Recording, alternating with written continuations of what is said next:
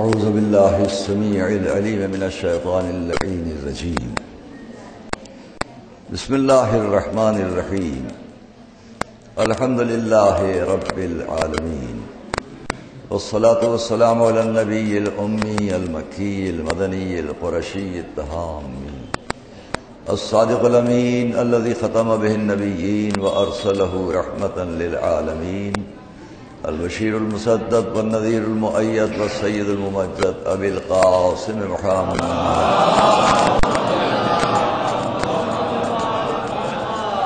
وأهل بيته الطيبين الطاهرين المعصومين المظلومين الذين أذهب الله عنهم الرجس وطهرهم تطهيرا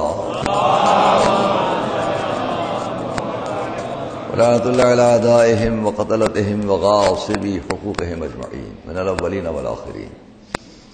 أما بعد فقد قال الله سبحانه في كتابه المبين وقوله الحق. بسم الله الرحمن الرحيم. كما أرسلنا فيكم رسولا منكم يتلو عليكم آياتنا ويزكيكم ويعلمكم الكتاب والحكمة ويعلمكم ما لم تكونوا تعلمون.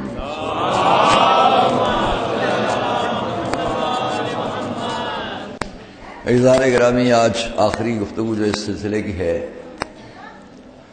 حقوق اور اسلام. ہم پہلے اس پر نظر ڈالیں کہ شریعت اسلامیہ، دین اور قرآن ہمارے اور آپ کے سامنے جن حقوق کو پیش کرتا ہے ان میں ایک اللہ کا حق بندے پر، جس کو ہم حقوق اللہ کہتے ہیں، اور ایک انسان کا حق خود انسان پر، حقوق الناس. ان دونوں کو سمجھانے کے لیے تاکہ انسان غیب کی زندگی تک جائے تو یہ پہچانے اور سمجھے کہ جو کچھ بھی اس سے کہا جا رہا ہے وہ اس کی بھلائی میں ہے، اس کے فائدے میں ہے، اور اس کے نہ کرنے میں اس کا ایک ایسی دنیا میں نقصان ہے کہ جس کو اس نے دیکھا نہیں ہے. یہ دنیا اور وہ دنیا، مذہب اسی سے مل کر بات پیش کرتا ہے. جن کے سامنے صرف یہ دنیا ہے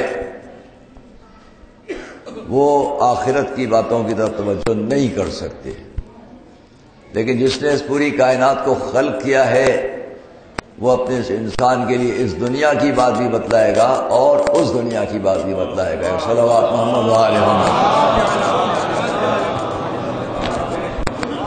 دونوں زندگیاں.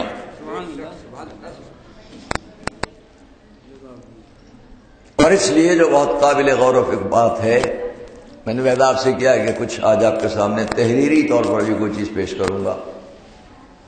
جو پہلے دن عرض کیا تھا موقع نہیں ملا،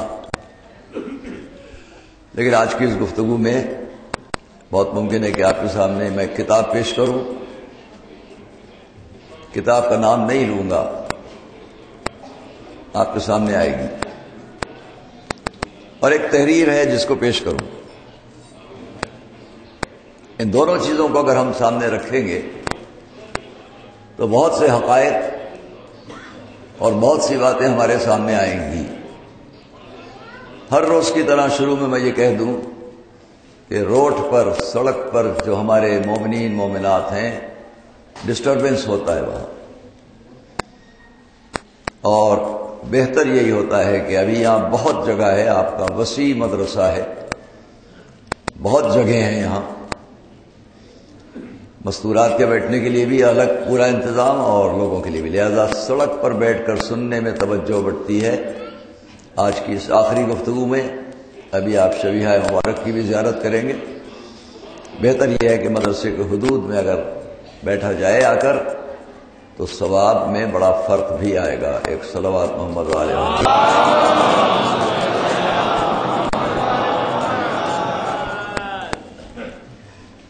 آئیے ہم اس بات کو عرض کریں آپ کے سامنے کہ جن باتوں کا تحریری طور پر پیش کرنے کا ابھی آپ سے وعدہ ہے، اگر وقت رہ گیا تو بعد میں اسے عرض کروں گا. کیا ہے انسان کے سامنے اسلامی پیغام؟ یہ زندگی اور وہ زندگی. وہ زندگی آپ سمجھ گئے، اس زندگی کا تعلق غیب کی زندگی سے ہے، اور اس غیب کی زندگی کو یہاں تک بتلانے اور سمجھانے کے لیے جو لوگ بھیجے جائیں گے ان میں اس کی صلاحیت ضرور ہوگی کہ وہ یہاں کا بھی علم رکھتے ہوں اور وہاں کا بھی علم رکھتے ہوں. جہاں سے آ رہے ہیں ادھر کا بھی انہیں کچھ علم دیا جائے، اور جس جگہ آ رہے ہیں سمجھانے کے لیے یہاں کے بارے میں بھی ان کے پاس علم ہو. جب دونوں دنیاؤں کا علم لے کر کوئی آ کر آپ سے بات کرے گا تو آپ اس کی بات کو توجہ سے اس لیے سنیں گے اور عمل کرنا چاہیں گے کہ یہ وہاں سے آیا ہے جہاں ہمارے یہ سوائے اچھائی اور بھلائی کے اور کچھ نہیں ہے. صلوات محمد علیہ.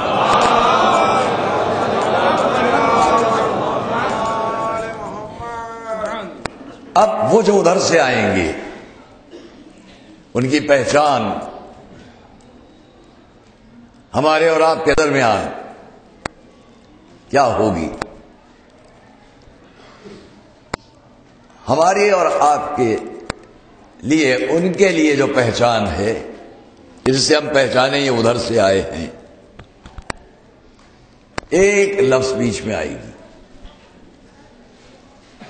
جس سے ہم بہت آگاہ ہیں، بہت واقف ہیں. ایک موضوع بیچ میں آئے گا،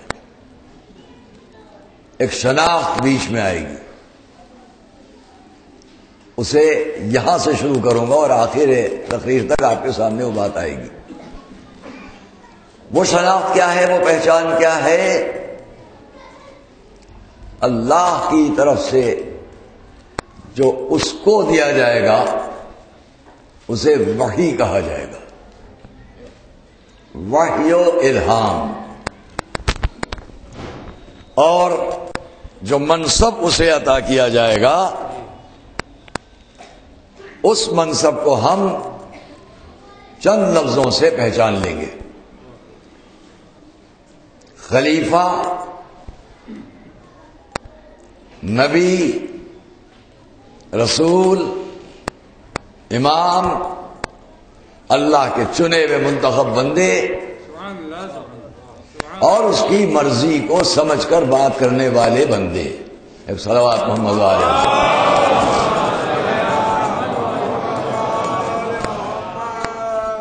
یہ لوگ جو ادھر سے آئیں گے ان کے پاس وحی، یعنی بیچ میں ایک ملک، ایک فرشتہ، اور اگر ملک اور فرشتہ نہیں بھی ہے تو کائنات کی کسی بھی شے میں اس کا حکم پہنچ کر ان تک پہنچ جائے. کوئی درخت بولے، کوئی پہاڑ بولے، کوئی ستارہ کچھ کہے، چاند کچھ بتلائے، حجر و شجر پتھر اٹھ کر کچھ بات کریں، سمندر کی موجیں کچھ بات کریں، چاروں طرف چکر کرتی ہوئی کائنات ان سے کچھ بات کرے. یہ پہچان بنے گی. تو اس کے لیے کیا ہوا؟ سب سے پہلی شخصیت، میں تھوڑی دیر تمہید میں اس لیے صرف کرتا ہوں، بہت سے لوگ سوچتے ہیں ابھی نہیں شروع ہوئی، ابھی نہیں شروع ہوئی، دوڑ کر آنے لگتے ہیں، اور میرا ذہن اس میں تشویش میں رہتا ہے کہ میں کہاں سے آپ کے سامنے، لہذا کچھ دیر تمہیدی طور پر سمجھنے سمجھانے کی بات کرتا ہوں اپنے بچوں کے لیے جو رہتی ہے.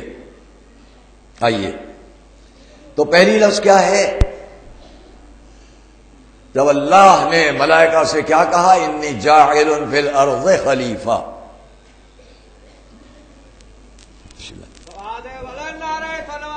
یہ بہت، انی جاعل فی الارض خلیفہ، میں زمین پر خلیفہ بنانے جا رہا ہوں. دوستو اور عزیزو، پہلی بار یہ انسان، یہ بنی نوع انسان، یہ اولاد آدم اگر پہلی بار اس لفظ سے واقف اور آگاہ ہوئی تو اس وقت جب ان کے سب سے پہلے جد ابو البشر اس لفظ کا مصداق قرار پائے، خلیفہ۔ خیال کیا آپ نے یہ لفظ کتنی اہم ہے؟ خلافت اور خلیفہ کیا مقصد ہے؟ انی جاعل فی الارض خلیفہ، میں روئے زمین پر اپنا نائب، اپنے کمالات کا، اپنی قدرت اور قوت و طاقت کا ایک مظہر نمائندہ، جو میرے احکام ہیں ان کو پہنچانے والا ایک منتخب بندہ، اسے بھیج رہا ہوں۔ میں اس پر نہیں جا رہا ہوں اس گفتگو کے لیے آپ کے سامنے، بس اتنا کہ لفظ خلیفہ انسان نے پہچانا تو آدم کے ذریعے۔ اگر آدم کو خلیفہ نہ کہا جاتا تو آج کوئی نہ جانتا کہ خلافت ہے کیا۔ ایک صلوات محمد والے۔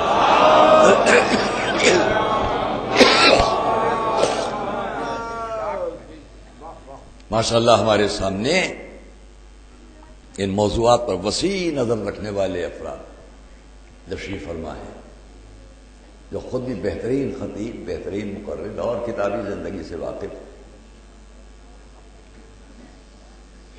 میں جانتا ہوں کہ آگے جو گفتگو ہے وہ تحقیقی گفتگو ہے، اور میرا پورا مجمع نظر رکھتا ہے۔ ہمارے لیے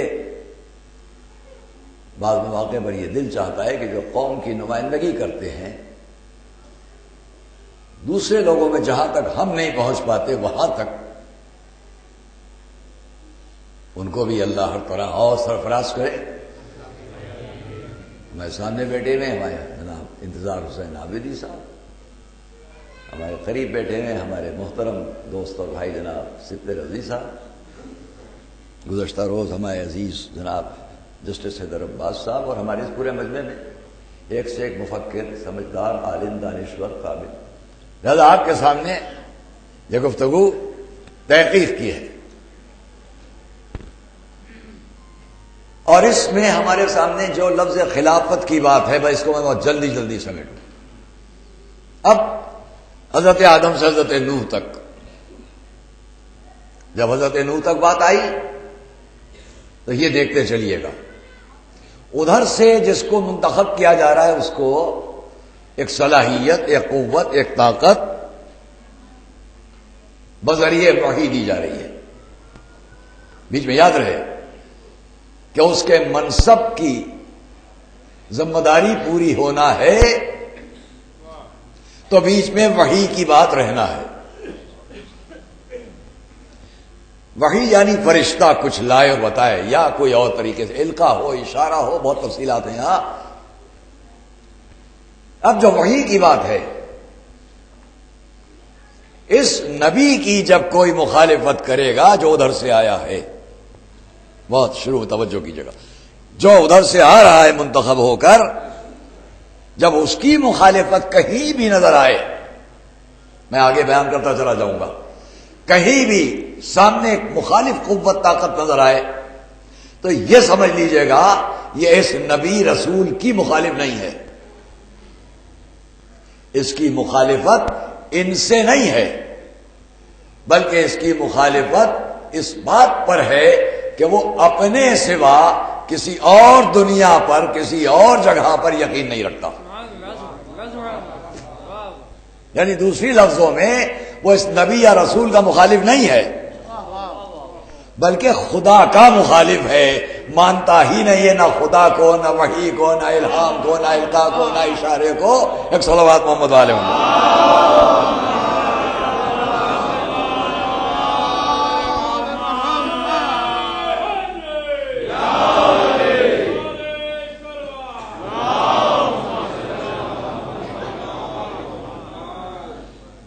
یہ جنگ جاری ہے عزیزان گرامی، یہ جنگ جاری ہے۔ امت نوح سینکڑوں سال تک مخالفت کرتی رہی. حضرت نوح کے نہیں بلکہ ان کے اس پیغام کی، کیونکہ وہ اپنے حالات میں اس کو نہیں یقین کہ کوئی اور بھی ہے جس کے یہ نمائندے ہیں. وہ اپنی مرضی اور خواہشات سے یا اپنے سست اعتقادات سے یا اپنی کسی بھی فکر کی بنا پر مان رہا ہے کسی غیبی طاقت کو، لیکن ان کو اس لیے تسلیم نہیں کر رہا ہے کہ وہ بیچ میں کسی وحی کو نہیں مان رہا. اگر یہ بھی بغیر وحی و الہام کے کہہ دیتے میں بھی یہ کہہ رہا ہوں اس کی عبادت کرو اس کی عبادت کرو، تو لوگ شاید ان کے ساتھ آ جاتے. کیوں نہیں آ رہے ہیں؟ یہ براہ راست کسی اور سے اپنا رشتہ بتا رہے ہیں، یہ غلط ہے.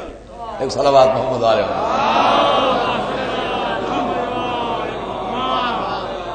بھائی. اگر نہ مانتے ہوتے، لوگ کہتے ہیں نمرود خدائی کو مانتا تھا، اپنے کو خدا کہتا تھا. آئیے تاریخ اور سمیٹے، حضرت ابراہیم کے دور تک آ جائے. اگر نمرود صرف اپنی خدائی کی بات کر رہا ہوتا تو حضرت ابراہیم کو ضرورت نہ ہوتی کہ کسی جگہ جا کر یہ منظر پیش کرتے کہ کبھی اس کے گلے میں، کبھی اس کے گلے میں، کبھی اس کے گلے میں. مطلب کچھ اور تھے جن کو وہ بھی مان رہا تھا، لیکن جب حضرت ابراہیم نے بات کہنا شروع کی تو اس نے اس بات سے انکار کر دیا، تم ادھر سے نہیں آئے ہو. اب محل ثبوت میں بہت سی باتیں سامنے آتی گئی، نہیں مانا نہیں مانا نہیں مانا، یہاں تک کہ آگ سلگا دی گئی. حضرت ابراہیم کو اس میں پھینک دیا گیا، آگ سرد ہو گئی، گلزار ہو گئی، اور اس سرد آگ میں حضرت ابراہیم مطمئن بیٹھے ہوئے نظر آئے. اب تو ایمان لے آتا، لیکن اب بھی وہ یہ نہیں مان رہا ہے کہ یہ اچانک جو کچھ ہو گیا اس کے پیچھے ان کے ساتھ وہ طاقت ہے. جب اس کو ماننے سے انکار کیا تو آگ اڑی، جلانے والے کو خود ہی جلا دیا.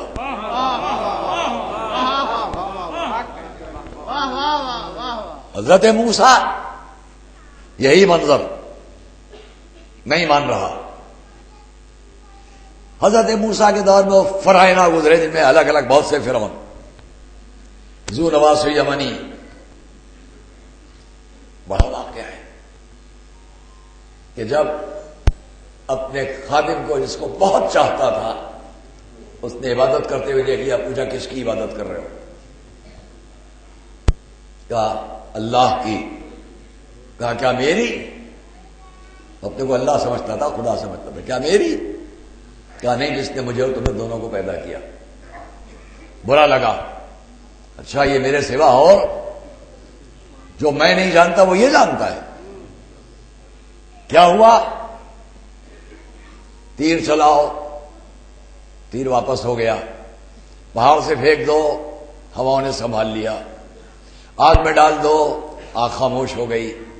تھک گیا قتل کرنے کی کوشش کرتے کرتے. اے جوان تو بتا میں تجھے کیسے قتل کروں؟ اپنی خدائی کا دعویٰ کر رہا ہے اور اس پر طاقت نہیں رکھتا کہ کیسے موت دے دے.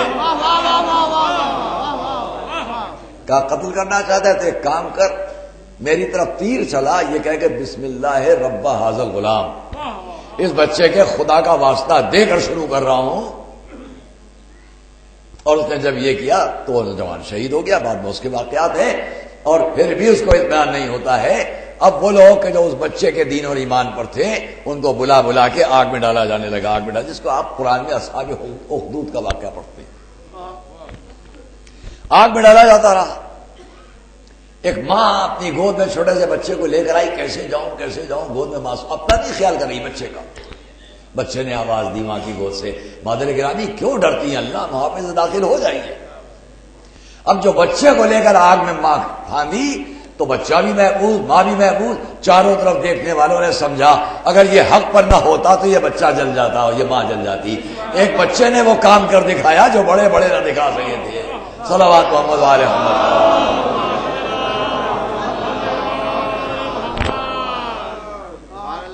عزیز اور دوستو، بات سمٹتی ہے، یہ وحی و الہام اللہ کی طرف سے آنے والے فرشتے کی مخالفت ہے. ہر دور میں، ہر زمانے میں، تفصیلات میں جاؤں بہت کچھ، یہاں تک کہ وہ دور بھی آیا جب حضرت عبد المطلب کا دور ہے. اس حضرت عبد المطلب کے دور میں بھی، اس زمانے میں بھی جو ابرہہ سامنے سے آیا. کیوں آیا؟ خانہ کعبہ کو منہدم کر دیا جائے، اس علم کو جھٹلایا جائے جو حضرت عبد المطلب کے پاس ہے۔ حضرت عبد المطلب نے کیا جواب دیا؟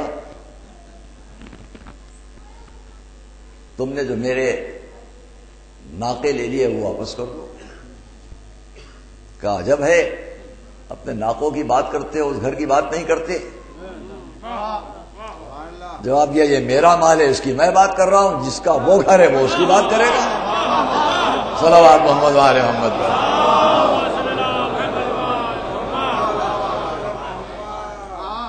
جس کا وہ گھر ہے وہ اس کی بات کرے گا۔ گویا حضرت عبد المطلب نے بھی سمجھا دیا کہ آنے والا جب اعلان کرے گا تو کرے گا، لیکن ہم اس کی قوت و طاقت پر ہی بھروسہ رکھتے ہیں۔ اور دوستو اور عزیزو، پھر وہ وقت بھی آیا، میں پوری تاریخ کو جلدی سے سمیٹ رہا ہوں تاکہ چند خاص باتیں آپ سے عرض کر سکوں۔ اب وہ وقت بھی آیا کہ جب چاروں طرف یہی ظلم و ستم، ہر ایک اپنے اپنے عنوان پر ایک قوت و طاقت کو مانتا ہے، بیچ میں کسی فرشتے کو کسی کو نہیں۔ اور اس عالم میں، اس ریگستان کے درمیان جہاں چاروں طرف ریت کے ٹیلے تیز ہواؤں کے جھکڑ میں صبح کہیں شام کہیں، جہاں کی سردیاں ایسی کہ انسان کی جلد پارا پارا ہو جائے، اور جہاں کی گرمیاں ایسی کہ انسان کی جلد جل کر جھلس کر خاک ہو جائے، ایسے سخت ترین موسموں کے درمیان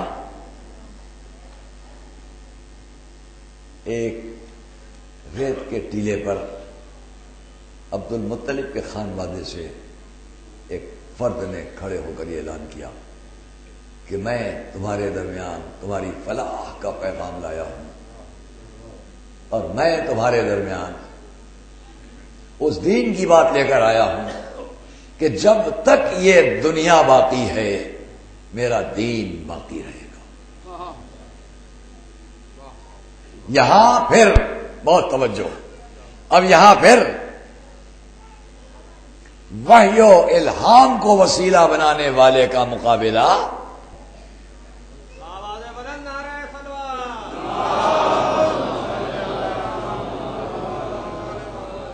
وحی و الہام کو وسیلہ بنانے والے کا مقابلہ ان سے ہوا جو وحی و الہام پر یقین نہیں رکھتے تھے۔ عہد آدم سے آج تک کی میں نے چند لفظوں میں تاریخ سمیٹ کر آپ سے بات کی کہ اصل مقابلہ جب تک ہمارے حضور اچھی باتیں، اچھی زندگی پیش کرتے رہے، 40 سال تک جو لوگ ابھی تک ان کو سچا، امانتدار، صادق، امین، ان کا ادب، ان کا لحاظ، ان کا خیال کر رہے تھے، جیسے یہ کہا میں ادھر سے آیا ہوں، میرے پاس ادھر کا پیغام ہے، میرے پاس ادھر کی طرف سے دی ہوئی ایک منصب اور ذمہ داری ہے، اب مخالفت شروع ہوئی۔ مخالفت کس کی ہے؟ رسول کی نہیں، حضور کی نہیں، انہیں جو رسالت مل گئی، انہیں جو نبوت مل گئی، انہیں جو اللہ کی خلافت مل گئی، انہیں جو منصب مل گیا، جو عہدہ مل گیا، جو ربط ادھر سے آیا، بس اس پر حسد کی آگ بھڑک اٹھی، ان کو مل چکا ہمیں کیوں نہیں ملا؟ صلوات اللہ علیہ وسلم۔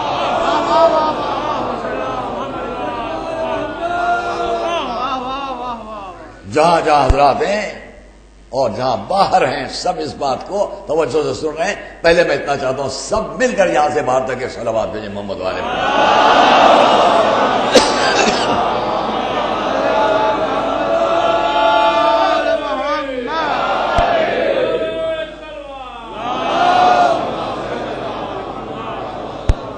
اجازت چاہتا ہوں یہاں پر میں ایک تاریخ کو پیش کرنا چاہتا ہوں۔ بیٹے ذرا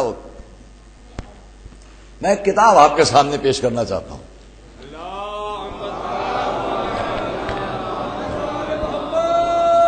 یہ میں زبانی بھی کہہ سکتا تھا لیکن کیسٹس پر اس کا نام جائے، یہ میں زبانی بھی اس کی باتیں کہہ سکتا تھا لیکن اس لیے پہلے اس کو پیش کر دوں، پھر آگے میری تقریر آئے گی۔ چند جملے اس میں سے میرے ماشاءاللہ جو حضرات یہاں مفکرین، محققین تشریف فرما ہیں وہ اس نام سے خوب واقف ہیں جس کو میں ابھی نقل کروں گا۔ اس نام سے خوب واقف ہیں. یہ نام ہے پروفیسر فلپ کے ہٹی کا. اس کے نام سے سب واقف ہے، ہر موقف. انہوں نے ایک کتاب لکھی عرب اور اسلام پر. عرب اور اسلام کی ان کی اس کتاب پر کا ترجمہ عثمانیہ یونیورسٹی حیدرآباد دکن سے پروفیسر سید مبارز الدین ایم اے عثمانیہ یونیورسٹی نے کیا. اور اس میں جن لفظوں کو مجھے ان کے بارے میں نقل کرنا ہے وہ یہ کہ انہوں نے ان کی بہت تعریف بھی کی. ان کے اس پورے ترجمے کی بڑی آزادانہ انہوں نے اپنی باتیں کہی ہیں اور ان کی تعریف و توصیف کی گئی. جن کی تعریف و توصیف کے انہوں نے آزادانہ باتیں کی ہیں اور ٹھیک بات کی ہو، تحقیق کے ساتھ بات کی ہے. مترجم جس مسلک سے ہے آپ اندازہ کر سکتے ہیں، پروفیسر مبارز الدین رفعت. اور ان کا ساتھ دینے والے میں ان کے معین کا نام بھی اتفاق سے معین ہے، محمد معین خان صاحب. وہ ایم اے ہیں، یہ بھی ہیں، دونوں عثمانیہ یونیورسٹی سے. اور یہ آج سے تقریباً سمجھ لیے 60 سال پہلے یہ ترجمہ چھپا ہے. اب اس میں سے میں آپ کے سامنے چند باتیں عرض کر دوں جہاں میں نے نشان لگایا ہے. پہلے تو ایک بات بیچ میں ضمناً کہہ دوں جس کا تعلق اس موضوع سے اس وقت نہیں ہے، لیکن بہت سے لوگوں کے سمجھنے اور سمجھانے کی بات یہاں پر آ جائے گی. جب وہ لکھ رہے ہیں حضور کی ازواج میں سے بی بی خدیجہ سے آپ کی کئی اولادیں ہوئیں، لیکن ان میں سے ایک یعنی بی بی فاطمہ کے سوا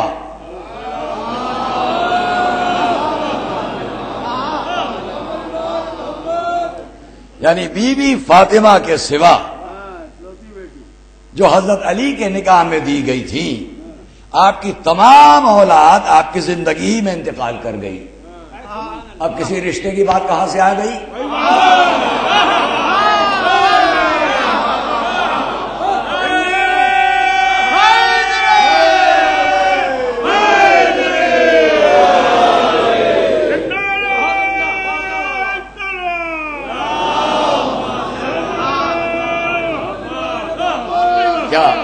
کیا میرا باہر جو مجمع ہے، جو میرا باہر کا مجمع ہے، کیا وہ متوجہ نہیں ہو پایا؟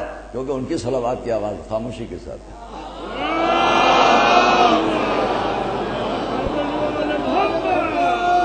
اس کو مجھے اور کچھ نہیں کہنا ہے. اس کے بعد جو مجھے آپ سے عرض کرنا ہے وہ یہ جو بہت قابل توجہ بات ہے، کیونکہ میں لفظ خلافت پر بات کر رہا ہوں اور وحی و الہام پر بات ہے. منصفانہ نظر رکھنے والے ہمارے عالم اسلام کے اندر اس کتاب کو، اس کے مترجمین کی، ان کی تائید اور جن کے بارے میں یہ ہے انہوں نے بہت سچائی سے بہت کوشش کر کے تحقیقی طور پر باتیں پیش کی. خلافت کے بارے میں وہ کیا کہہ رہے ہیں؟ وہ خلافت کہ جس کے لیے میں نے کہا کہ عہد آدم سے جو اتنا مقدس عہدہ ہو،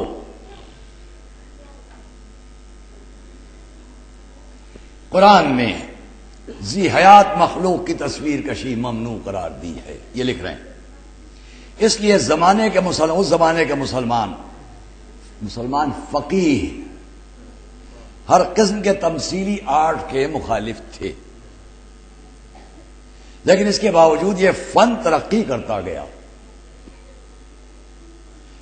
اور جیسے قرآن کے قطعی احکام کے باوجود اسلامی معاشرے سے شراب خواری نہ گئی، ویسے ہی اس فن کا فروغ نہ رک سکا. چنانچہ اس سے پہلے ہم دیکھ چکے ہیں کہ اب یہاں سے ایک ایک اس لفظ کے تقدس کو ذہن میں رکھیے. خلیفہ اور تاریخ کے یہ حقائق سے یہاں نہیں ہیں، بلکہ بہت سی اور جگہوں سے، اور میں ایک مرتبہ آپ کے سامنے عرض کر چکا ہوں ایک مرتبہ آپ کے سامنے بیان کر چکا ہوں، عبد الملک خلفائے بنی امیہ میں عبد الملک قرآن پڑھ رہا ہے، ابن زبیر کے قتل کی اطلاع ملی، قرآن بند کیا، کہا اے قرآن میرا تیرا یہ آج آخری معاملہ ہے۔ حجاز آیا، لوگوں کو جمع کیا، آج سے جو مجھے تقوی کی تعلیم دے گا، چاہے مہاجر چاہے انصار، یہ میری تلوار ہوگی اس کی گردن۔ یہ نہیں، سنتے جائیے تاکہ ہم اپنی بات بہت جگہوں تک پہنچا سکیں۔ کون؟ عبد الملک، اس کا بیٹا سلیمان۔ کیا مطلب حکومت کے معاملات سے، خلافت کے معاملات سے؟ کھانے کا اتنا شوق تھا کہ ایک نشست میں 20 بکری کے بچے نوش فرمائے۔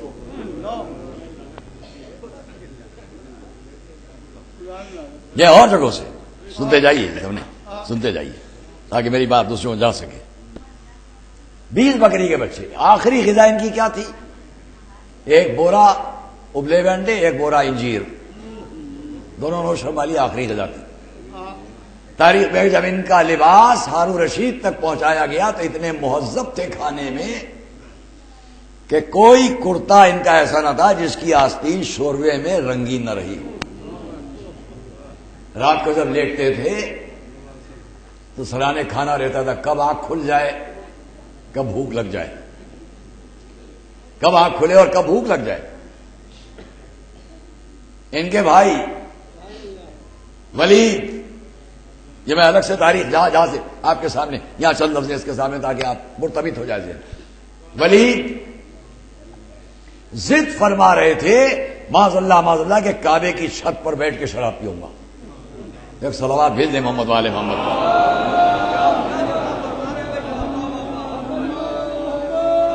وہ بھی خلیفہ، یہ بھی خلیفہ، گھر کے اندر وہ ہاؤس بنوایا تھا جس میں شراب رہتی تھی، جب چاہتے تھے کود پڑتے تھے۔ یہ کناروں پر کمی ظاہر ہوتی تھی۔ اپنی ایک کنیز کو پگڑی بنا کے پیش امام نہیں، پیش امامہ بنا کے بھیج دیا، نماز پڑھا دو۔ ایسے بہت سے واقعات، آئیے ان سے بھی ہم دیکھیں کیا کہہ رہے ہیں۔ بڑے فضائل پڑھے انہوں نے، تعریفیں بیان کی ہیں، اسلامی دور، اسلامی حکومت، ان سب چیزوں کو کیا لکھتے ہیں کہ آج ترقی کر رہا ہے۔ اس پہ لکھتے ہیں کہ جبکہ اسلامی وہ خودتا جانتا ہے کہ قرآن نے ذی حیات مخلوق کی تصویر، کیونکہ جب ابن عباس سے پوچھا گیا یہ بتلاؤ ہم یہ تصویر بنائے وہ تصویر بنائے، تو ان کا کیا حدیث کا فقرہ تھا کہ ان کنت لا بد فاعلا فسن الشجر وما لا روح له، اگر بنانا ہی ہے تو ان چیزوں کو بناؤ جن میں روح نہیں ہوتی۔ عالم اسلام اس کا قائل ہے۔ آج کسی مسجد میں آپ نہیں پائیں گے فوٹو، وہاں کیا ہو رہا ہے؟ تخت خلافت پر رسول کی جانشین، قرآن کے وحی و الہام کو اپنے قریب رکھنے کے دعوے دار خلیفہ منصور نے اپنے محل کے گنبد پر ایک گھڑ سوار کا مجسمہ نصب کرایا۔ خلیفہ مامون، وہ خود لکھ رہا ہے، خلیفہ مامون نے اپنے لیے دریائے دجلہ میں شیروں، عقابوں اور خمدار مچھلیوں کی شکل کے تفریحی بجرے چھوڑ رکھے تھے۔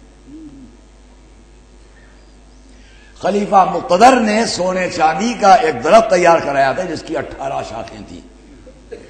یہ درخت شاہی محل کے اندر ایک ہاؤس میں نصب کیا گیا تھا جس کے چاروں طرف 15 مجسمے تھے، اور ان مجسموں کے ہاتھ میں برچیاں تھیں اور وہ اس طرح حرکت کرتی رہتی تھی جیسے جنگ ہو رہی ہے۔ یہ تو آپ سنتے جا رہے ہیں، سنیں گے آپ۔ خلیفہ معتصم، ان میں سے ہر ایک وہ دور ہے کہ جس کے سامنے ہمارے ایک امام کا دور ہے۔ خلیفہ معتصم اپنے محل کی دیواروں پر چاروں طرف ممبر سے کہتے ہوئے برا لگتا ہے، برہنہ تصاویر لگائی گئی تھی۔ ان کو شہر سامرا کا بانی کہا جاتا ہے۔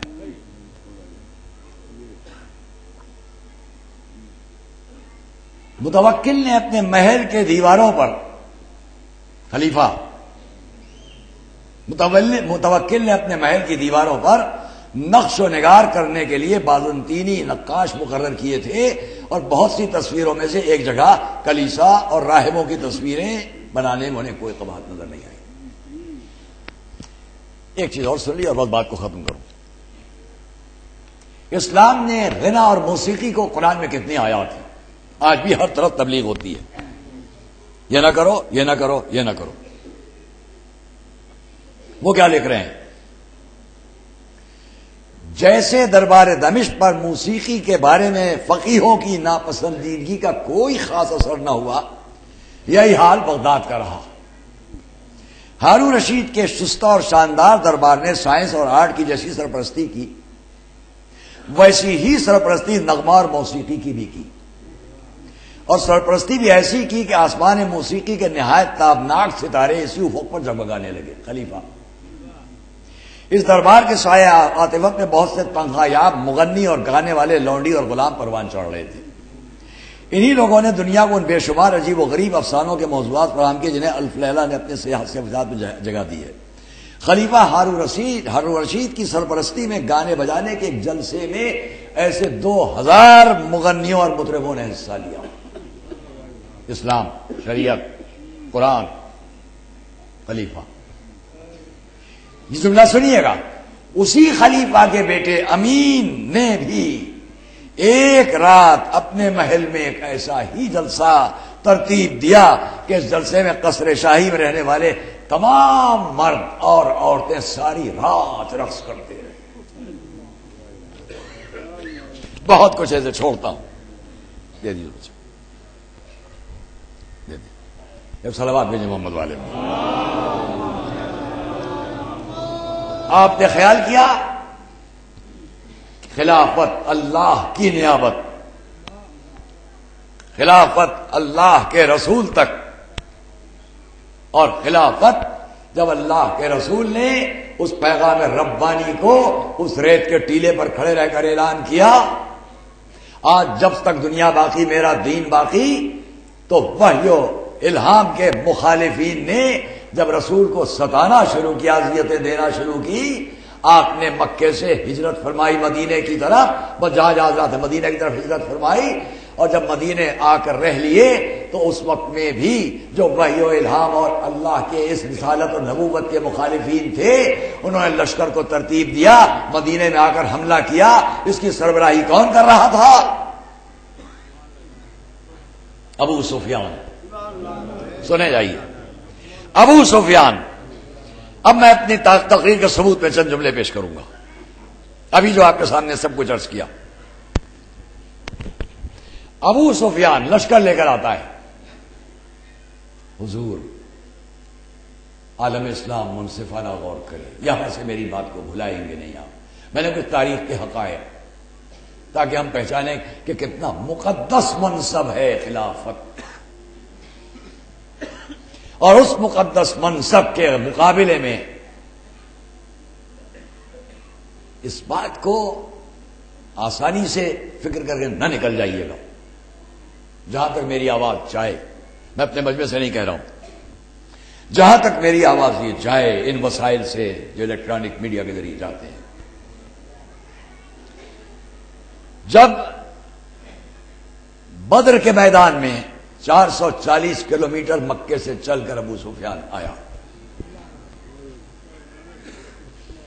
حضور بھی سامنے آ کر کھڑے ہوئے۔ اب وحی و الہام کا ذمہ دار سامنے ہے اور مخالف وحی و الہام ادھر ہے، دونوں کے ٹکراؤ میں، تصادم میں جب جنگ کی نوبت آئی تو حضور نے ان کے 3 آنے والے عتبہ، شیبہ اور ولید کے مقابلے میں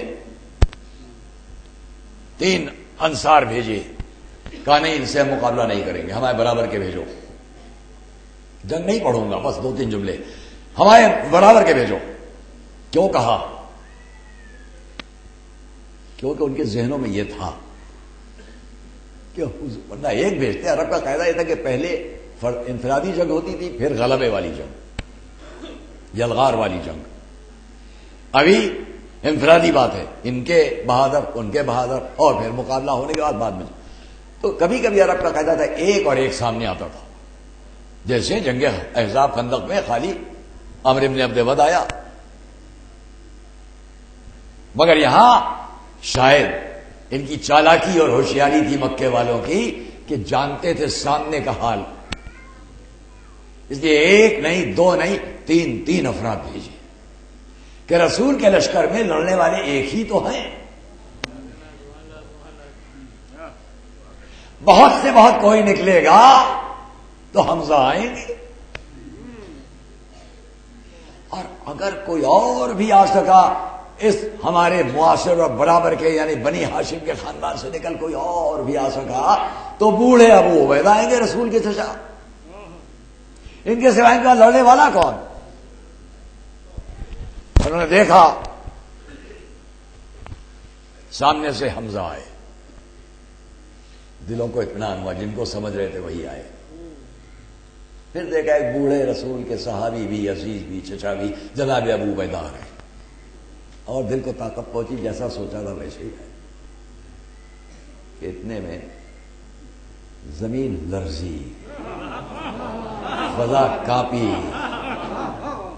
گھبرا کے سامنے دیکھا کوئی اور آ رہا ہے، کوئی اور آ رہا ہے، پیشانی پر نور الہی کی تجلیاں چمک رہی ہیں، نگاہوں میں نور الہی چھلکتا ہے، روشن چہرہ، ہر قدم جیسے کسی شیر کی میدان میں آمد ہو، صلوات محمد والے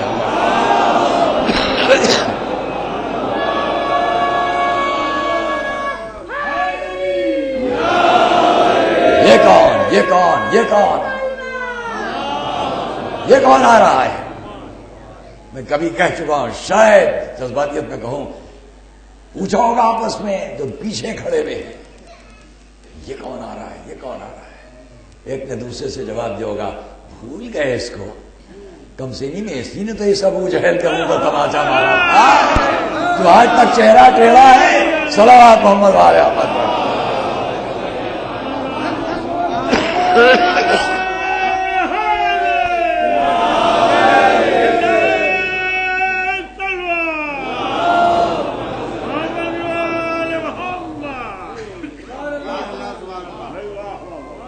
جگ نہیں بیان کر رہا ہوں، صرف اتنا کہوں، اتبا کون ہے؟ میرے تمام نوجوان بچے دوست، جہاں تک میری آواز اس ریکارڈ کے ذریعے جا رہی ہے وہ اس پر بہت غور فرمائیں گے۔ اتبا کون ہے؟ شیبہ کون ہے؟ ولید کون ہے؟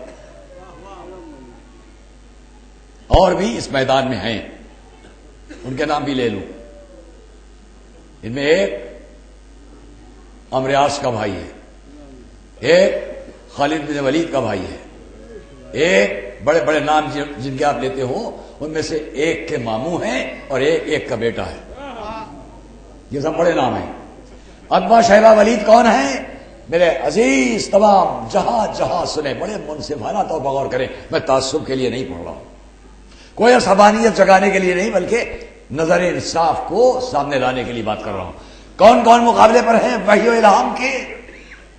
رسول کی رسالت کو جھٹلانے کون آیا ہے؟ پیچھے سردار مکہ بن کر جو آیا ہے وہ ہے ابو سفیان، اور جس کو سامنے مقابلے کے لیے بھیجا ہے یہ کون ہے؟ ان میں ایک ابو سفیان کے سسرے ہیں، ان کی بیوی ہند کا باپ اتبا،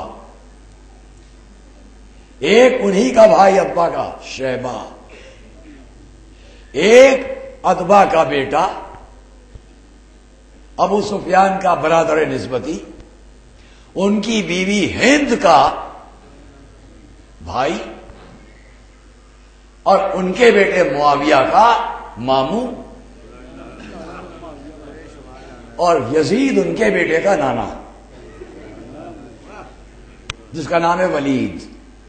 اب رشتے جوڑیے، ان میں سے ایک یزید کا نانا، ایک یزید کے نانا کا بھی باپ یعنی پڑنانا، ایک ان کا بھائی، اور ان کے باپ کا ایک ماموں، ایک نانا کا بھائی، اور ان کی ماں کے لیے ایک ان کا باپ، ایک ان کا بھائی، ایک باپ کا بھائی۔ ابو سفیان کے ان سب کے رشتے سمجھ میں آئے؟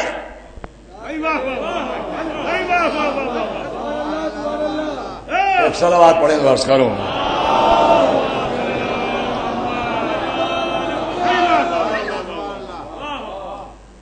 اگر ان رشتوں کو سامنے رکھا ہو آپ نے تو اب آئیے پھر پلٹیں. آج کی تاریخ میرا ہمیشہ یہ مطالبہ رہتا ہے کہ میرا وقت آج کچھ ذرا زیادہ ہوتا ہے، اس لیے اس پر میں تھوڑی دیر اور کروں گا. آج کمی نہیں ہونا ہے، لیکن معافی چاہتے ہیں کہ آج سب جانتے ہیں آج کی تاریخ میرا کچھ وقت دیر تک رہتا ہے. ایک صلوات محمد والے. کیا عزیز اور دوستوں، یہ تینوں مجھے ان کے بارے میں کچھ نہیں کہنا ہے. قتل ہوئے، کس کی تلوار سے قتل ہوئے؟ علی کی تلوار سے. چچا ذرا سر نیچے کیجئے. حمزہ نے علی کی شجاعت کے سامنے سر نیچے کیا، تلوار چلی. یہ عتبہ کا خاتمہ، یہ شیبہ کا خاتمہ، جس نے ابو عبیدہ کے دونوں پیر کاٹے تو اس کا خاتمہ. میں یہی کہوں گا، ایک تلوار نے ابو سفیان کے سامنے کے پورے گھر کا صفایا کر دیا.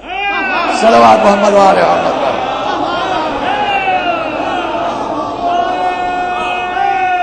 سنیے آگے آگے وقت کم ہے.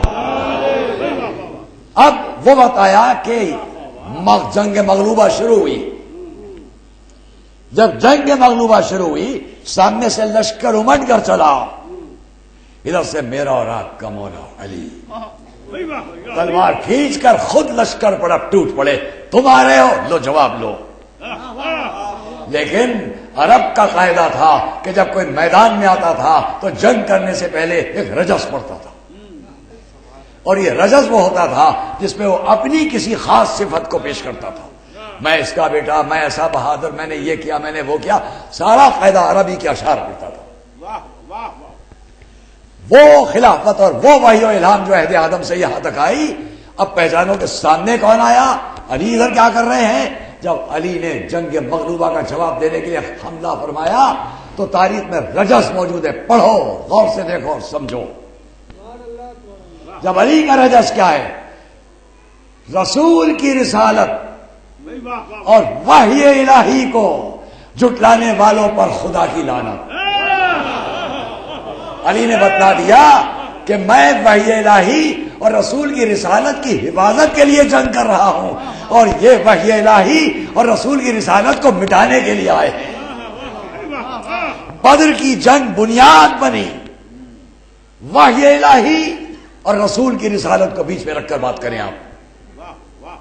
اب خلافت کو پہچانا آپ نے کہ رسول کی طرف سے علی اس خلافت الہیہ کی حفاظت کے ذمہ دار بن کے جب بدر میں بڑھے. یہاں بہت سی باتیں کہنے کی تھی، لیکن اتنا عرض کر دوں کہ ذرا تاریخ کے ورق سمیٹ لیجئے، بات واضح ہو جائے گی. تاریخ کے ورق سمیٹیے. ابھی کیا ہو رہا ہے؟ بدر کی جنگ. بدر کی جنگ میں علی کا ارشاد وحی الہی اور رسول کی رسالت کے لیے.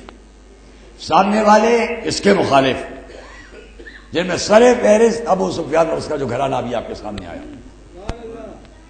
اگر یہ یاد رہے تو اب کیا ہو رہا ہے؟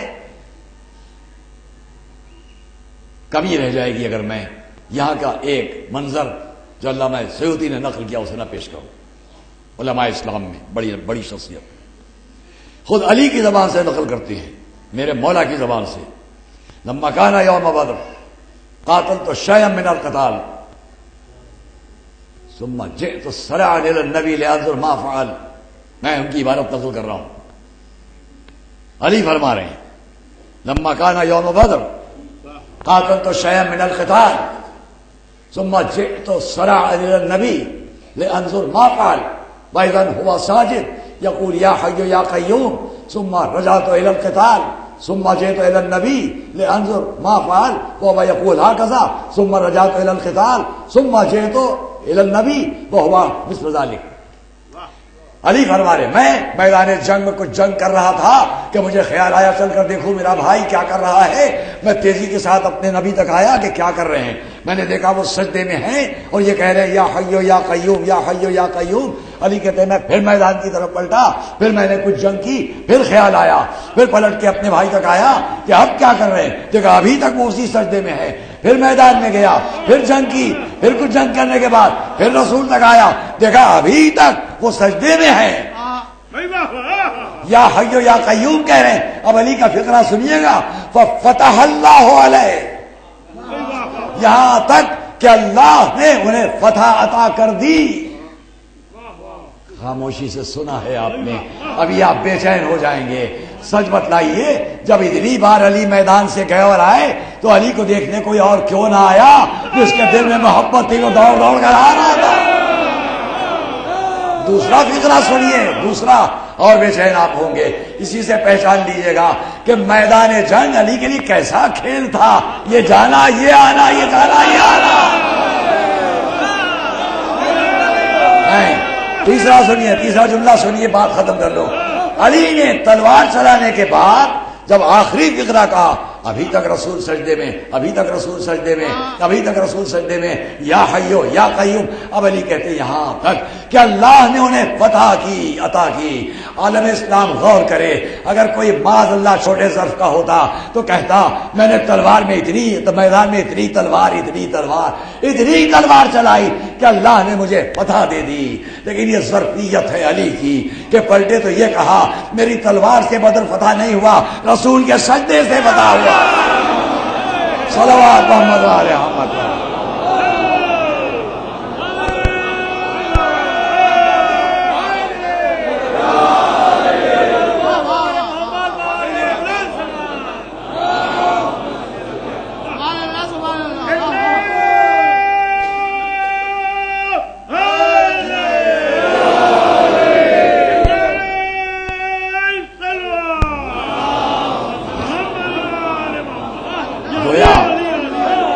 کیجئے گا کہ علی کا یہ جملہ فتح اللہ علیہ، اللہ نے ان کو فتح عطا کر دی، یہ آنے والی نسلوں کو جواب دینا تھا کہ اسلام اگر تلوار کے زور پر پھیلنے کی بات ہوتی تو علی اپنی تلوار پر فخر کرتے.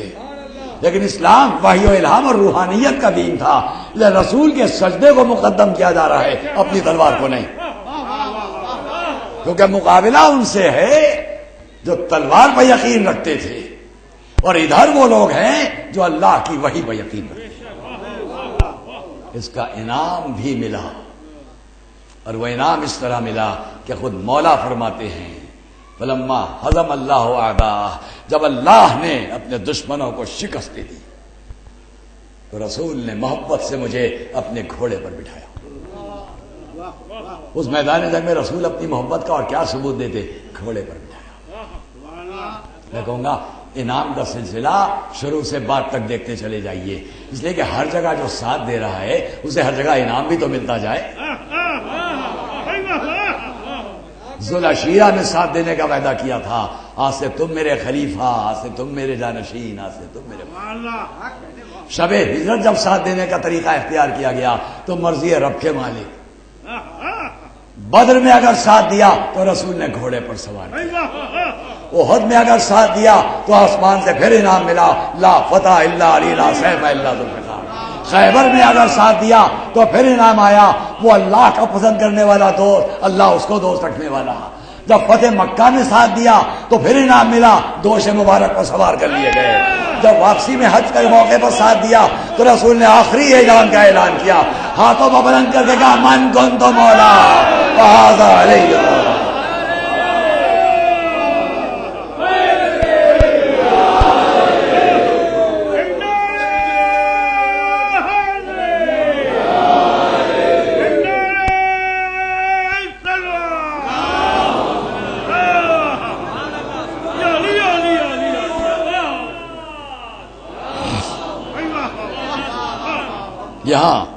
یہاں میں ذرا ٹھہر کر پہلے ایک جملہ اور عرض کر لوں،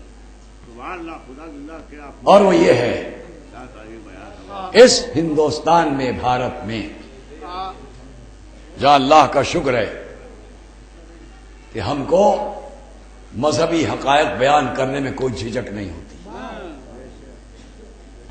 دنیا کے تمام ممالک سے ہم جب واپس اپنے ملک میں آتے ہیں تو ہمیں اپنے اس ملک کی قدر ہوتی ہے، جہاں بلا خوف ہم اپنے مذہبی امور کو انجام بھی دیتے ہیں، بیان بھی کرتے ہیں. لیکن یہاں میں تحقیق کے لیے بہت ادب کے ساتھ ایک بات کہنے جا رہا ہوں. کیونکہ اسی کتاب سے میں اگر ابھی آپ کے سامنے پیش کرتا ان حقائق کو جو آج سے 850 سال پہلے 775-70 سال پہلے جب منگول سے چلا ہوا وحشی منگولیوں کا 60,000 کا لشکر دنیا کو اجاڑتا ہوا چلا، کہاں کہاں کہاں، ان تفصیلات کو نہیں بیان کرنا، وقت نہیں رہ گیا. اور چنگیز خان کی اس پوری وحشت و بربریت کی آندھی کے سامنے یعنی کتنے اسلامی شہر ویران.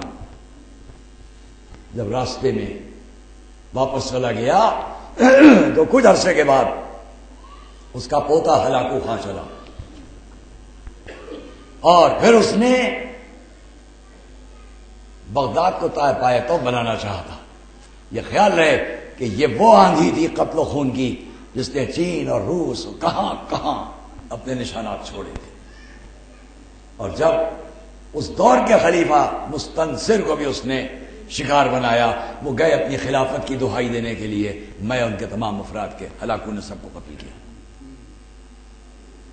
آخری وہ وقت بھی آیا دور مغل پیریڈ میں جو اس وقت کا ہے منگول،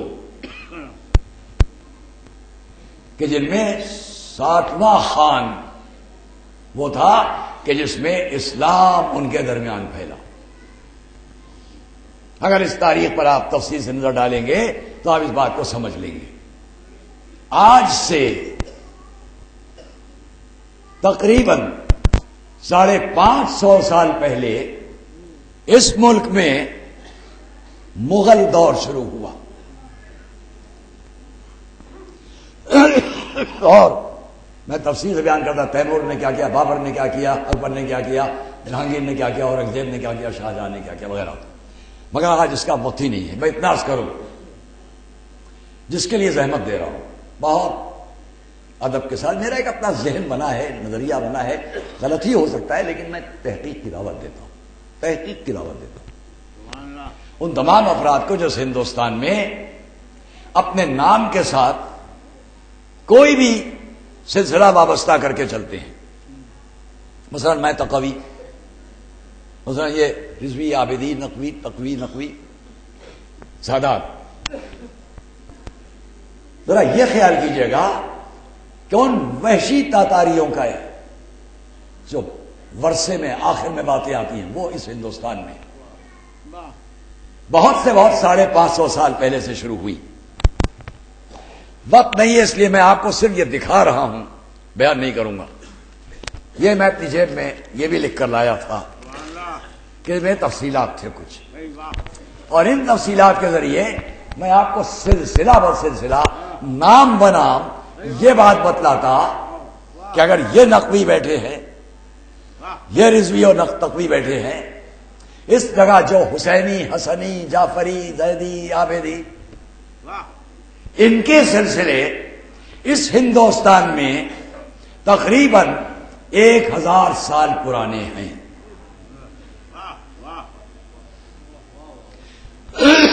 اور اس 1000 سال کی ہسٹری میں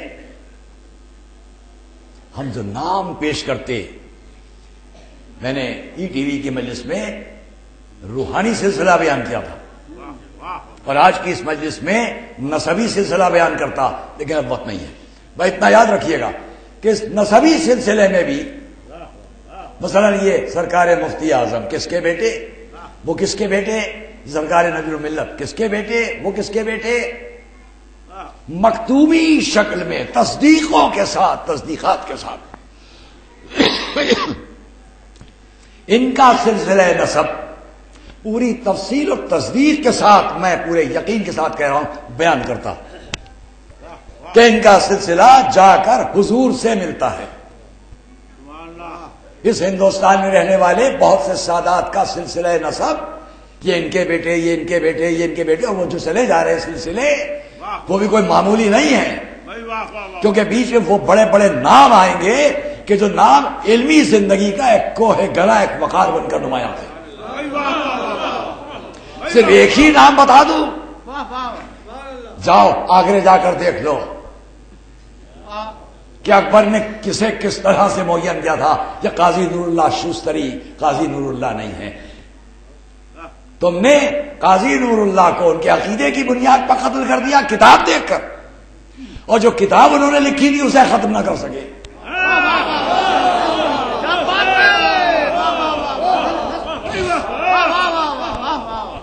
تو بہت احتیاط کے ساتھ ایک بات کہنا چاہتا ہوں، اور وہ یہ ایک بات بس ذہنوں میں رہ جائے،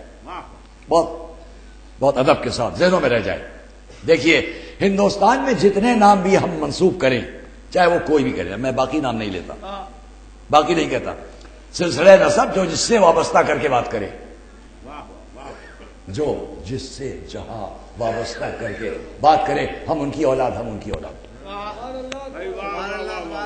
میں ایک ہی بات کہوں گا، بہت ادب سے کہہ رہا ہوں، طنز میں نہیں کہوں گا، دان و طنز میں نہیں کہوں گا. اس ہندوستان میں دو ہی طرح، تین طرح یہ منسوب سلسلے باقی ہیں. وہ میں اس لفظ میں سب سمیٹتا ہوں. منسوب شجر نسب منسوب باقی ہیں. جس طرح میرا چیلنج ہے کہ میں ان تمام سلسلوں کی تفصیل نام بنام میں ان کے تفصیلات کے اہل رسول تک پیش کر سکتا ہوں. کیا اور بھی حضرات پیش کر سکتے ہیں؟ نہیں پیش کر سکیں گے. کیوں نہیں پیش کر سکیں گے؟ میں کسی پر اعتراض نہیں کر رہا ہوں، ایک توجہ دلا رہا ہوں. کیوں نہیں پیش کر سکیں گے؟ اس لیے نہیں پیش کر سکیں گے یا تو منگول لوگوں کے خوف سے، یا حکومت کے خوف سے، یا جنہوں نے وہاں ہمارے بزرگوں کو ظلم و ستم سے باہر کیا تھا اور وہ ہندوستان 1000 سال پہلے آئے تھے، یا 900 سال پہلے آئے، یا 800 سال پہلے آئے. انہوں نے تقیے کی حالت میں اپنے حسب نسب کو مدتوں چھپایا. مثلا تقوی سادات ہیں، رضوی سادات ہیں، انہی کے سلسلہ نسب میں اوپر جا کے پورا سلسلہ پیش کر دوں. سر سید احمد خان ہیں، علی گڑھ یونیورسٹی کے بانی، سر سید، لیکن کیا اس عقیدے کے حساب سے آپ انہیں کہیں گے؟ میرے سامنے کئی اور خانوادے ہیں، یہ زیدی، یابدی، سادات بارہا. بہت توجہ کیجیے گا. ان شاخوں میں جو الگ الگ شاخیں پھوٹی، تقیے میں وہ دنیا سے بچنے کے لیے اپنے نام کے آگے کچھ لگا لیا. سمجھنے لگی بات کی اولادیں ہم ان کی اولاد میں ہیں. توجہ کر رہے ہیں؟ بات کی اولادیں سمجھنے لگی ہم فلاں کی اولاد میں، ہم فلاں کی اولاد میں، ہم فلاں کی اولاد میں. اگر آپ کے پاس یہ تحقیق ہے تو شجرہ پیش کیجئے، اور اگر ہماری طرح شجرہ نہیں پیش کر سکتے تو اب ہماری ایک بات مان لیجئے. ایک صلوات پڑھیں تو عرض کروں.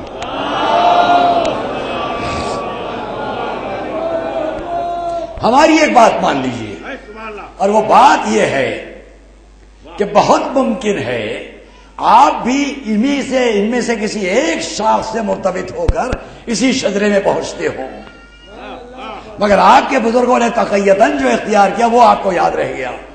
اب پہچان میں، شناخت میں میں ایک معیار معین کرتا ہوں، بس کافی ہے بات.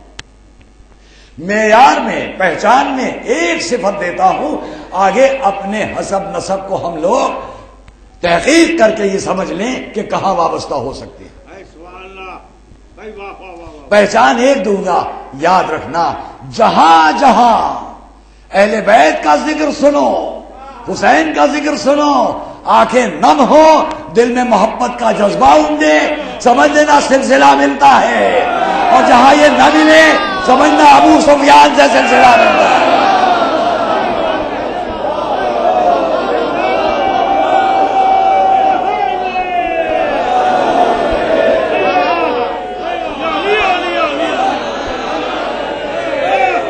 سب مل کر صلوات محمد وآل محمد پر.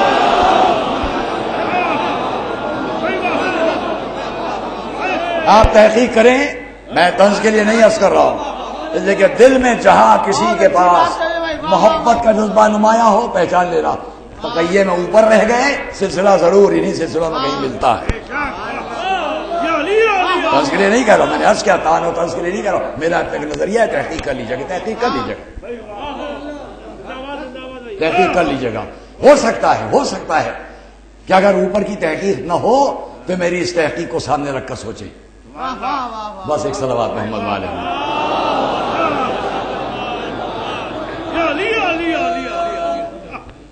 اور اس لیے معیار ہے یہ کہ اگر قلب میں محبت کا سمندر جوش ہے، اور ہیں پورے ہندوستان بھارت میں، میری نظروں کے سامنے بہت سے ایسے افراد ہیں کہ جن کے سامنے نام آ جائے حسین آنکھیں نم ہو جاتی ہیں۔ مکہ معظمہ میں حج کرنے کے موقع پر نام لیتا ہوں، سید صافی شیخ معلم تھا میرا، رات کو مجھے لے کر نکلا اپنی موٹر پر، چلیے آپ کو خاصا جگہ دکھائے۔ وہ موٹر میں رات کے اندھیرے میں اس گوشے میں وہ اس گوشے میں بیٹھا ہے، اور میں نے عربی میں بات کرتے کرتے اس کو ذرا سا نام حسین لیا تو میں نے دیکھا جیب سے چپکے سے رومال نکال کے اپنی آنکھیں پوچھا۔ میں نے وہیں سمجھ لیا یہ محبت بلا وجہ نہیں ہے، کہیں نہ کہیں سے خونی رشتہ ہے۔ اور بالآخر میں نے اس سے ان کے دادا، یہ دونوں بھائی ہیں، سید صافی شیخ، سید محجوب شاہ، ہندوستان کے جتنے حاجی جاتے ہیں سب ناموں سے واقف ہیں۔ ان کے دادا کو جب خبر ہوئی ان باتوں کی تو انہوں نے مجھے الگ بلا کے اپنا شجرہ دیا، میرے پاس رکھا ہے۔ ان کے بچے نہ جانتے، لیکن اس بات سے ان کے بچے یہ سید شیخ، یہ سید فلاں، شیخ بھی لگا ہے، سید بھی لگا ہے۔ کیوں؟ لیکن اگر یہ اناد اور دشمنی کا جذبہ اٹھتا ہے، بلند ہوتا ہے، تو پھر پہچان لینا خون کا کوئی رشتہ نہیں ہے، اور محبت کا دریا جوشن ہوتا ہے تو سمجھ لینا کہیں نہ کہیں سے خون کا رشتہ ہے۔ یہ معیار میں نے بتا دیا۔ تو بس عزیز علیہ گرامی، کس کی آنکھیں نم نہ ہو جائیں جب وہ یہ دیکھے کہ بدر میں جو آواز بلند ہوئی تھی وحی الہی اور رسول کی رسالت، تاریخ کے ورق پلٹیے اور آئیے ایک ایسے دربار میں جہاں انہی کا پوتا علی اور ابو سفیان کا پوتا یزید آمنے سامنے ہیں۔ یزید اپنی فتح پر فخر کر رہا ہے، اور سید سجاد ممبر پر جا کر جو گفتگو کرتے ہیں ان میں کہ ایک جملہ سن لیجئے، بلکہ دو فقرے نقل کروں گا۔ ایک فقرہ، انا ابن من اوحا الیہ الجلیل ما اوحا، میں اس کا بیٹا ہوں جس پر رب جلیل نے جو چاہا وحی نازل کی۔ اور دوسرا فقرہ، جب وہ یہ فخر کر رہا ہے یزید، کاش میرے بدر کے بزرگ آج ہوتے تو دیکھتے کہ انتقام ہو گیا، تو اس کے سامنے سید سجاد ممبر پر بیٹھ کے یہ کہہ رہے، انا ابن من قاتل ببدر و حنین، میں اس کا بیٹا ہوں جس نے بدر میں بھی قتال کیا اور حنین میں۔ اگر وحی الہی کا یہ معجزہ نہیں تھا تو اور میں کیا کہوں کہ تم نے اس وحی اور رسالت کے مقابلے میں ابو سفیان کے لیے وقت سے لے کے آج تک جنگیں کی، لیکن دیکھ لو ایک قیدی اور مجبور ہو کر تمہارے ہی دربار میں وحی اور رسالت کے پرچم کو بلند کر کے بتا رہا ہے۔ بس دوست، وہی میرا آپ کا بیمار امام سے کربلا میں شب عاشور اپنے آ رہی ہے، شب عاشور اپنے بابا کو تلاش کرتے ہوئے وہاں تک جاتے ہیں جہاں خیمے میں امام حسین، اور سنتے ہیں کہ ایک ایک سے فرما رہے، جاؤ جہاں جی چاہے چلے جاؤ، یہ شمع خاموش، یہ روشن چراغ بند، جاؤ جہاں چاہے چلے جاؤ۔ جواب کا ہے، آقا ہم کو اگر قتل کر دیا جائے، ٹکڑے ٹکڑے کر دیا جائے، جلا دیا جائے، فضا میں راکھ اڑا دی جائے، پھر بھی آپ کا ساتھ نہ چھوڑے۔ یہاں تک کہ میرا امام خیمے میں آیا، ایک ایک بی بی سے عصر عاشور رخصت ہوئے، در خیمہ تک آ کر پلٹے، رواق تم پر سلام، زینب تم پر سلام، رقیہ تم پر سلام، کہ در خیمہ میں دیکھا ماں کی کنیز فضہ کھڑی ہوئی ہے، اے میری ماں کی کنیز فضہ تم پر بھی سلام۔ آ کر گھوڑے پر بیٹھنا چاہا، فنظرا یمیناً و شمالا، ادھر دیکھا ادھر دیکھا، کوئی نہیں۔ ابھی عباس ہوتے تھے، علی اکبر ہوتے تھے، قاسم ہوتے تھے، کہ پشت سے کسی بیوی کے آنے کی آواز، اب جو پلٹ کے دیکھا کوئی اور نہیں، زینب چلی آ رہی ہے۔ بھیا یہ نہ سمجھیے گا آپ اکیلے ہیں، زینب آپ کو خدا حافظ کہے گی، آئیں آ کر قبل اس کے خدا حافظ کہیں، بھیا ذرا گلے سے ردا ہٹا دیجئے۔ امام نے گلے سے ردا ہٹائی، بہن نے دوڑ کر بھائی کے گلے میں ہاتھ ڈالے، کبھی پیشانی چومی کبھی گلا چوما، پلٹ کے ہاتھ اٹھائے مدینے کی طرف، مادر گرامی گواہ رہیے گا امانت پہنچا دی۔ پوچھا بہن زینب یہ کیا کیا، یہ کیا کہا بھیا سن لیجئے، چھوٹی سی تھی، ماں کی گود میں بیٹھی ہوئی تھی کہ ماں نے میرے سر سے چادر ہٹائی، بوسے لیے میری پیشانی پر گلے کے، کہا زینب یاد رکھنا ایک وقت آئے گا میرا حسین دشمنوں میں اکیلا ہوگا، میری طرف سے اس کے بوسے لے لینا۔ بس سنا تو امام نے فرمایا اچھا بہن زینب ذرا تم بھی بازوؤں سے ردا ہٹا دو، میں نے بھی بابا سے سنا ہے ان بازوؤں میں رسن بنے گی۔ بھائی بہن نے گلے میں ہاتھ ڈالے، رونا شروع کیا، آسمان سے کسی بیوی کے رونے کی آواز آئی، ہائے میرا حسین، ہائے میرا حسین۔ مقتل میں گئے، جنگ کی، عظیم الشان جنگ کی، کتنے میں خیموں سے رونے کی آوازیں، پلٹ کے خیمے تک آئے، میری زندگی میں رونا کیسا؟ جواب ملا آقا آپ نے جیسے ہی آواز استغاثہ بلند کی، بچے نے خود کو گہوارے سے گرا دیا ہے۔ امام نے کہا لاؤ میرے بچے کو مجھے دے دو، مقتل کی طرف لے گئے، کچھ وقفہ نہ گزرا تھا کہ 3 بھال کا تیر بچے کے گلے پر پھینکا گیا، امام کی گود میں بچہ شہید ہوا، خیمے تک واپس لائے، رباب کو آواز دی رباب اپنے بچے کو لے جاؤ۔ درے خیمہ تک رباب، سکینہ، زینب سب آ گئے، دیکھا ماں سامنے کھڑی ہے، چادر ہٹائی، ابا کا دامن ہٹایا، ہاتھ بڑھانا چاہا کہ رباب نے دیکھا آقا کے چہرے پر خون ہے، پوچھا آقا یہ چہرے پر خون کیسا؟ کہا رباب تیرے بچے کا خون ہے، چہرے پر مل لیا ہے کہ اس شان سے رسول کے سامنے جاؤں گا۔ بدخیاری ماں نے ہاتھ بڑھایا، بچے کے جسم سے خون لیا، لے کے سر کے بالوں میں ملنا شروع کر دیا۔ آقا آپ اس شان سے رسول کے سامنے، تو یہ رباب اس شان سے سیدہ کے سامنے جائے گی۔ بس دوستو عزیزو، امام پھر مقتل کی طرف بڑھے، کتنے میں دور سے دیکھا ایک سوار چلا آ رہا ہے، قریب آیا، آقا سلام کیا، پوچھا اے شیخ اس عالم غربت میں مجھے سلام کیوں کر رہا ہے؟ کہا آقا مدینے سے آ رہا ہو، آپ کی بچی فاطمہ کا خط لایا ہو۔ خط لیا، کھول کر پڑھا، آنکھوں سے لگایا، خیموں تک آئے، زینب سغرا کا خط آیا ہے، رباب سغرا کا خط آیا ہے۔ تو ایک مرتبہ مقتل کی طرف پلٹے، علی اکبر تم کو فاطمہ نے سلام، عباس تم کو فاطمہ نے سلام لکھا۔ ایک مرتبہ گئے، ایک چھوٹا سا جنازہ ہاتھوں پر لیا، علی اصغر کو بوسے دیے، علی اصغر تم کو تمہاری بہن نے پیار لکھا ہے، سلام لکھا ہے۔ ہاں دوستوں کچھ دیر نہ گزری تھی کہ کربلا میں آواز بلند ہوئی، الا قتل الحسین بکربلا، الا ذبح الحسین بکربلا، زمین لرزی، فضا کانپی، خیموں میں آگ لگی، بیوی آئے خیمے سے